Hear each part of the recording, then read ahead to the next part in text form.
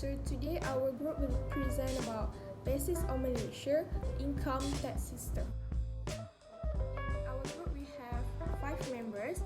So I will introduce myself first. My name is Era Umaira bin Hashim. My ID number is PDA 1905151. Name is Hanisa Shakila binti Najamuddin, PDA 1905157. My name is Sharifah Safaria. My ID is PDA 1905165. Nama I Irfan dan PDA 1905037.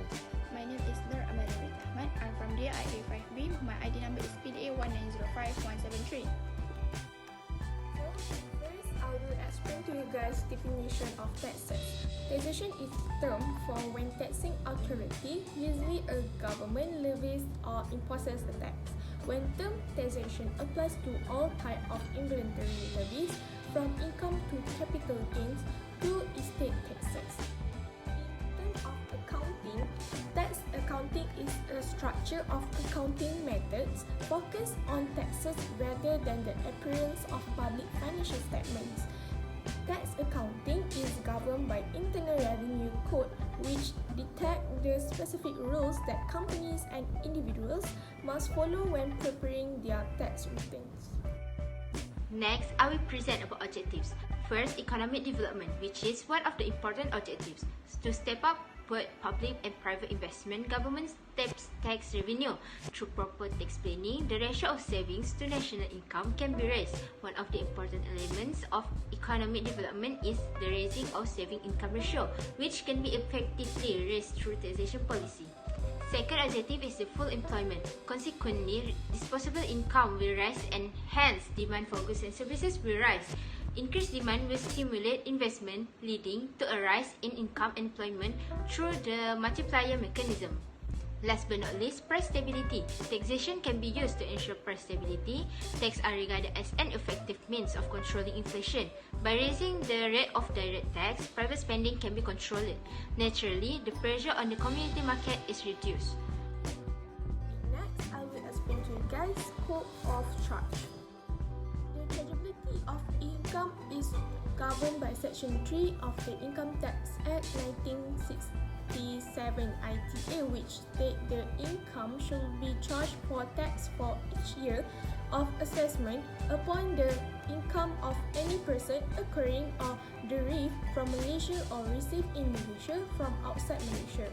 Occurring in or derived from Malaysia connotes the sources of income must be in Malaysia. Section 3 of the ITA extend its territorial scope to include the foreign sources income received in Malaysia from outside Malaysia. Foreign income refer to income which is occurring in or derived from tax jurisdiction outside Malaysia. Next is type of tax in Malaysia. The first one, corporate tax. Corporate tax is governed under the Income Tax Act 1967, which applies to all companies registered in Malaysia. For chargeable income derived from Malaysia, including business profit, dividend, interest, rents, royalty, premiums, and others income. Similar to personal income tax, there are tax exemptions available, such as tax incentive and foreigner tax credit. Second is sales and service tax or SST. Sales tax is a single stage tax charge or taxable goods manufactured in or import into Malaysia by a taxable person and is due when the goods are sold, disposed of, or first used with a total sales value of more than 500,000 in 12 months. There are exemptions for certain good manufacturers or import. The last one is payroll tax. As part of the employee responsibilities, a company with employee will need to retain a percentage of the employee remuneration including salary, commission, bonus, incentive, and pay as monthly tax deduction (MTD) to LHDN on behalf of employee who are taxable. This deduction, along with EPF, SOCSO, and EIS, will be stated in the employee's payslip as PCB, potongan cukai bulanan. The payroll tax can be deducted if the employee is paying zakat, a payment made under the Islamic law for the charitable and religious purpose. Is class of income categories into 3 different income group, which is top 20%, middle 40%, and bottom 40%. Class of income can be determined by medium income and income range. For medium income, there is 2 years, which is 2019 and 2016. For 2019, T20 is 15,021 ringgit, M40 is 7,093 ringgit, and B40 is 3,136 ringgit. For 2016, A20 is 13,145 ringgit, M40 is 6,275 ringgit, and B40 is 3,000. Okay, next is income range. For 2019, 320 is at 10,959 ringgit, M40 is 4,850 until 10,959 ringgit, B40 is does not exceed 4,850 ringgit, and for 2019, T20 is at 9,690 ringgit. For M40 is 4,360 until 9,690 ringgit. And for B40 is does not exceed 4,390 ringgit.